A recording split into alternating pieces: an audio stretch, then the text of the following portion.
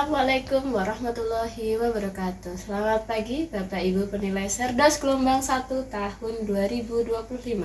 Perkenalkanlah, saya Anissa Azhar Firdausi, dosen Teknik Sipil di Fakultas Teknik Universitas Veteran Bangun Nusantara. NIDN saya adalah 06 10 10 9601 dengan NUPTK 43 42 77 46 75 23 03 43. Video ini dibuat sebagai bentuk pernyataan diri dosen dalam unjuk kinerja Tridharma Perguruan Tinggi dalam bidang pengajaran. Saya mengampu mata kuliah metode pelaksanaan konstruksi 2 SKS di program studi teknik sipil Fakultas Teknik Universitas Veteran Bangun Nusantara. Mata kuliah ini adalah mata kuliah yang akan mempelajari terkait bagaimana sebuah bangunan teknik sipil itu dibangun, mulai dari tahap perencanaan, konstruksi, hingga nanti pembongkaran saat usia bangunan sudah melebihi masa layannya. Kemudian bangunan yang akan ditinjau nanti terdiri atas gedung, jalan, jembatan, bandara, kemudian jalan rel, bendungan, dan lain sebagainya. Mata kuliah ini ditujukan untuk mahasiswa semester 6. Capaian pembelajaran dalam mata kuliah ini ada 3, seperti yang bisa dilihat di layar. Yang pertama ada PLO 2, jadi PLO ini diambil dari PLO di program studi kami, yaitu yang pertama ada PLO 2, mampu menerapkan pemikiran logis, kritis, sistematis, dan inovatif iptek dalam penyelesaian permasalahan berkaitan dengan teknik sipil sesuai dengan batas keilmuannya. Yang kedua ada PLO 3, yaitu mampu berkomunikasi yang baik dan bertanggung jawab, serta memiliki jiwa kepemimpinan dan hasil kerja yang bebas plagiaris. Kemudian PLO 11, yaitu menerapkan prinsip manajerial dan finansial pada bidang keteknik sipilan dan bidang lainnya. Adapun capaian pembelajaran kita bentuk dalam 16 kali pertemuan, yaitu yang pertama capaian pembelajaran mata kuliahnya ada definisi proyek konstruksi, seperti yang bisa dilihat di sini ya. Untuk detailnya, yang pertama ada definisi proyek konstruksi dan faktor pemilihan metode konstruksi. Yang kedua ada pengukuran lapangan atau setting out horizontal dan vertikal. Di minggu ketiga nanti ada pelaksanaan fondasi dangkal. Kemudian di minggu keempat ada fondasi dalam, yang kelima ada fondasi sumuran, yang keenam ada pemasangan perancah dan bekisting, yang ketujuh ada pelaksanaan pembetonan manual, masinal, dan perhitungannya, yang ke-8 nanti ada asesmen mahasiswa berupa UTS, yang ke-9 ada pelaksanaan praktek di jembatan, yang ke-10 asesmen kerusakan bangunan dan perbaikinya. Kemudian yang 11 ada proses pembongkaran bangunan, yang ke-12 ada produktivitas alat berat berkaitan dengan dozer, loader, ekskavator, power shovel, yang minggu 13 ada alat berat juga, ada dragline, clamshell, dan kompaktor. Yang ke-14 ada metode kerja inovatif dalam berbagai infrastruktur sipil, yang ke-15 nanti ada studi case berupa tugas studi mahasiswa, yang ke-16 adalah asesmen yaitu berupa UAS. Referensi yang dipakai bisa dilihat di samping kiri saya, ada beberapa referensi yang saya ambil. Salah satunya ada modul dari PUPR berkaitan dengan pembongkaran bangunan gedung tahun 2017 dan lain sebagainya, bisa dilihat di samping kiri. Kemudian untuk sistem penilaiannya terdiri atas beberapa bagian ya. Yang pertama ada partisipasi mahasiswa berskor 30%, terdiri atas kehadiran dan kontribusinya dalam diskusi. Kemudian hasil proyek 20%, kemudian kuis 5%, tugas 5%, UTS 20%, dan UAS 20%. Kemudian nanti nilai akhir adalah kumulatif sesuai dengan bobot masing-masing. Kemudian metode pembelajarannya kita menggunakan blended learning ya, yang di kelas mungkin ada ceramah di kelas, kemudian diskusi kelompok, tugas mandiri, studi kasus proyek nyata, kemudian nanti saat penguploadan atau diskusi berupa menggunakan LMS di Spada Univ. Nah, untuk pembelajaran di kelas, marilah kita simak di video selanjutnya. Terima kasih. Wassalamualaikum warahmatullahi wabarakatuh.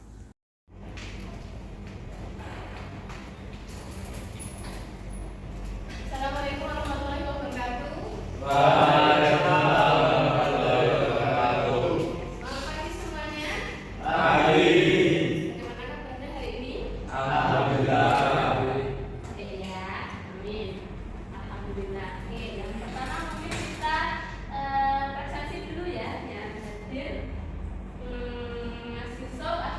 Mas Wahyu, Mas Faisal, Mas Danang, Mas Tunjuk, Mas Faisal, Mas Faiz, sorry, Mas Fauzi, Mas Bijar, ya semua ya.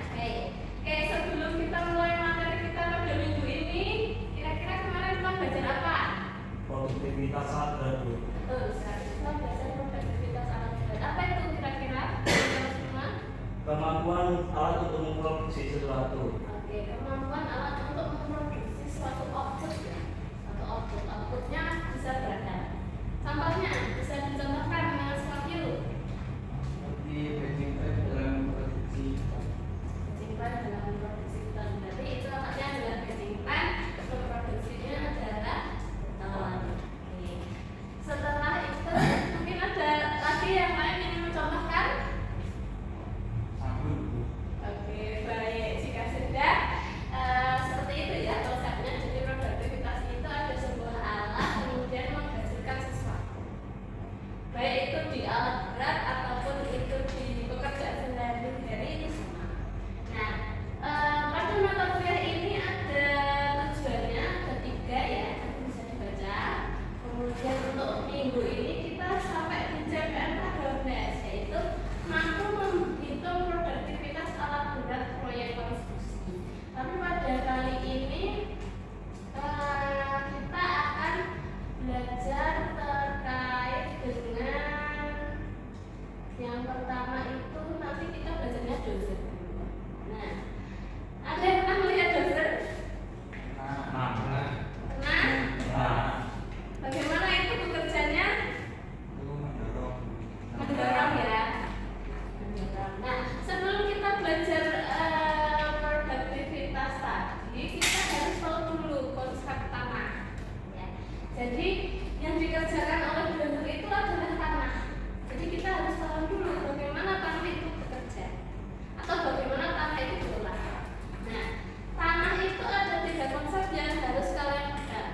Yang pertama itu adalah tanah kondisi asli. Biasanya kalau di ilmu teknik itu disebut dengan bank measure. Artinya kondisi asli belum diapa-apakan. Ya. Di sini berarti tanah itu memang dalam kondisi asli, belum tentu artinya belum digali. Kalau itu mau buat bendungan berarti belum diledakkan dan lain sebagainya. Nah, ukurannya biasanya kalau dalam teknik sipil itu dinyatakan dengan DM. Ya. Kemudian berikutnya ada kondisi setelah tanah itu digali, tanah itu akan sedikit lebih gembur ya. Itu disebut dengan tanah lepas atau loose. Kondisinya loose, lebih mengembang seperti itu. Nah, tanah setelah diusik atau digali kemudian diangkut dan sebagainya itu disebut dengan tanah loose. Satuannya adalah air seperti itu. Nah, mengembang kaji itu ada proses pengembangan di situ. Nah, namanya adalah swelling. Besarnya pengembangan itu bisa dinyatakan dengan satu ukuran namanya swelling factor. Nah, kemudian tanah ada di kondisi asli digali, tadi ada proses penggalian dimasukkan ke dalam truk, kemudian ditaruh di lokasi proyek. Di lokasi proyek kemudian dipadatkan atau membuat lantai misalkan. Nah, kondisi dipadatkan itu namanya dikompakkan. Kompakkan menggunakan biasanya kompaktor. Nah, kondisi dari lurus ke padat ini ada sebuah usaha. Ya, namanya untuk memadatkan tadi ada usaha. Nah, usahanya itu namanya adalah sinking atau kita menyusutkan. Kalau tadi kita menggunakan swelling, kalau yang menyusutkan sinking. Nah, bagaimana nilai penyusutan dan pengembangan itu bisa dilihat di persamaan di sini ya. Jadi sebenarnya mudah, tidak tanpa persamaan saja sebenarnya bisa. Yang awalnya 5 menjadi 10 berarti itu mengembang. Yang awalnya 10 menjadi 7 itu artinya menyusut. Berarti kan itu tidak dibagi saja. Nanti dapat presentasinya seperti itu. Sampai di sini sudah dipahami? Ya. Oke, berikutnya tadi kita mengambil satu alat berat ya, yaitu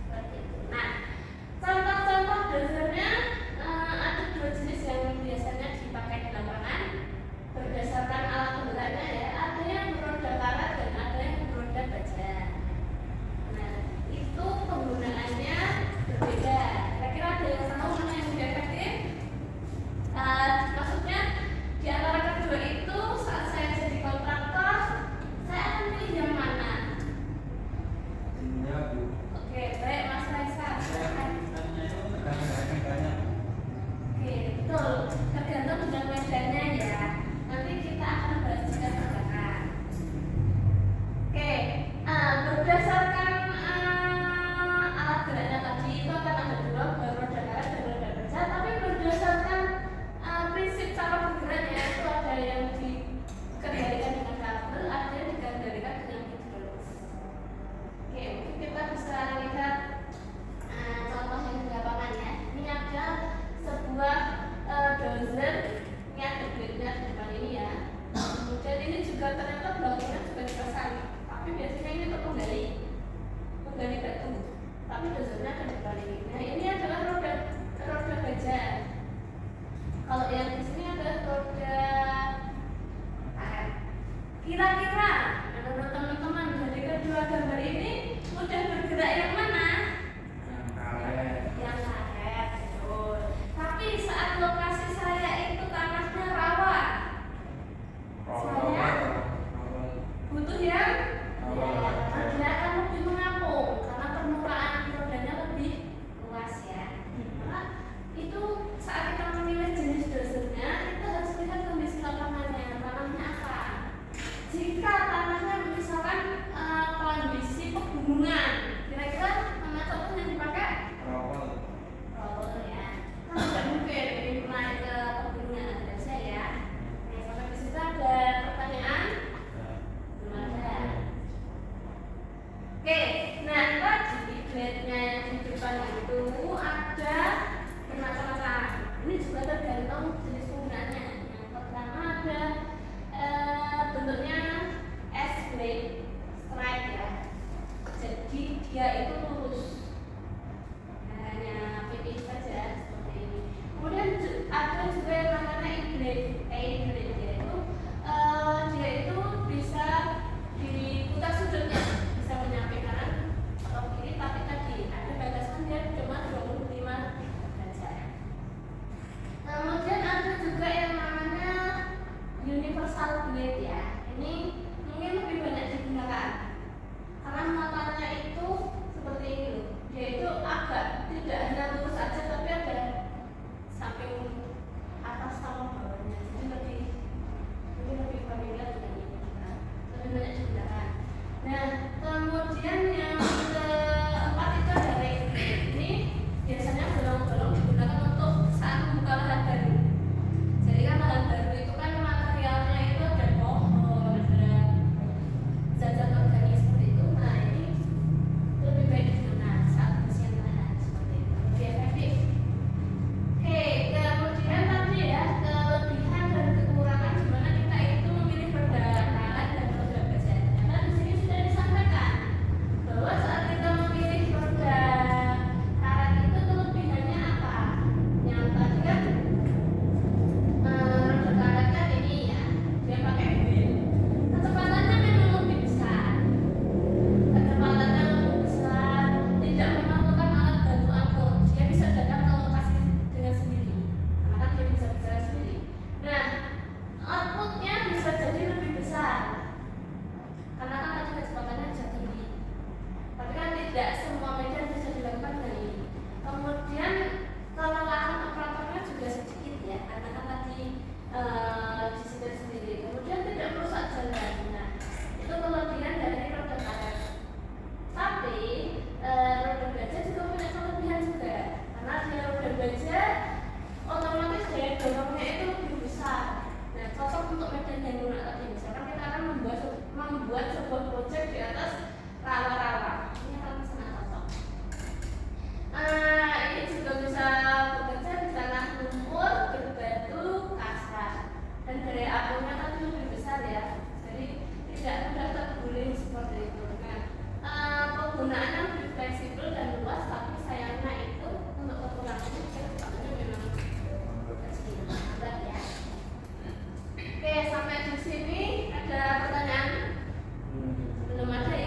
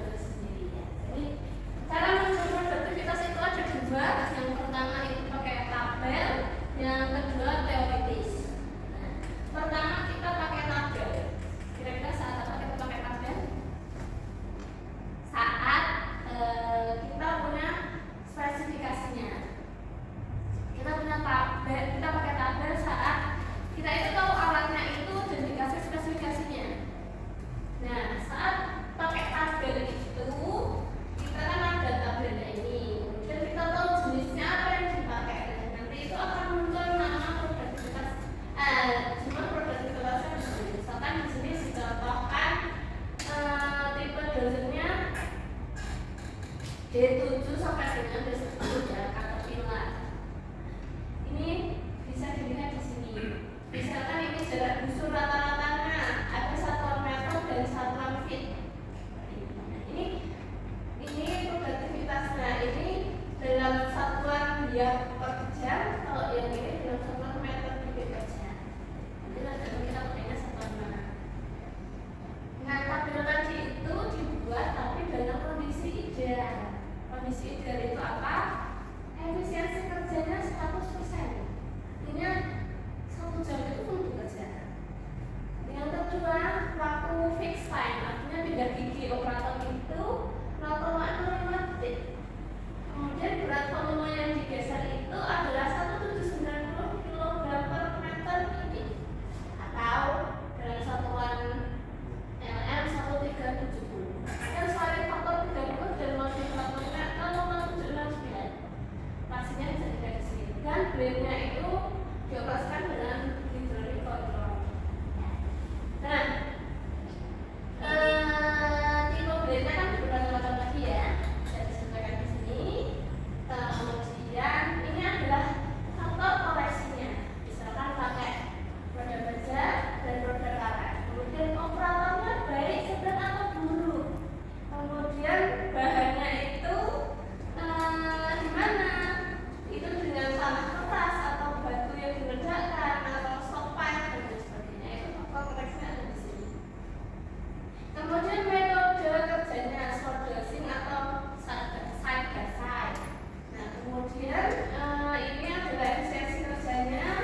Ini kondisi di sana, misalkan ada hujan, gelap dan lain sebagainya. Nah, ini jenis blade-nya. Oke. Kemudian selain ada faktor itu ada juga kemiringan lahan. Misalkan teman-teman itu mau membuka lahan baru, saat datar dengan terjal itu kira-kira mudah mana? Datar ya. Datar itu kan bisa saya katakan kemiringannya 0 ya. Itu faktor koreksinya adalah 1. Kalau 1 artinya tidak dikoreksi seperti itu. Nah, ketika kemiringannya itu naik ya 10%, maka ada faktor pengoreksinya itu sekitar 0,8 sekian. Artinya dikurangi 0, sekian persen daripada 100 ya. Nah, nanti jadi ada faktor koreksi di situ. Nah, balik lagi jika itu lahannya itu turun, otomatis bekerjanya akan lebih mudah.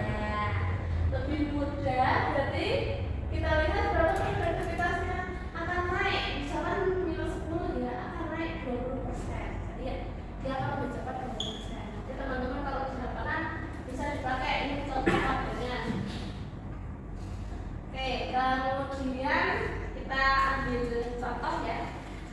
Ambil contoh, ada sebuah dozer dengan blade-nya itu D8U, rodanya crawler dan bekerja di silinder dengan tanah tepung keras, jarak dozernya 60 meter, tandanya 10 dan cara kerja swordosing. Tanahnya 1600, kondisi dulu sama sedang, efisiensi kerja 50 dan rata-rata kerjanya berapa? Produktivitasnya. Nah, kita langkah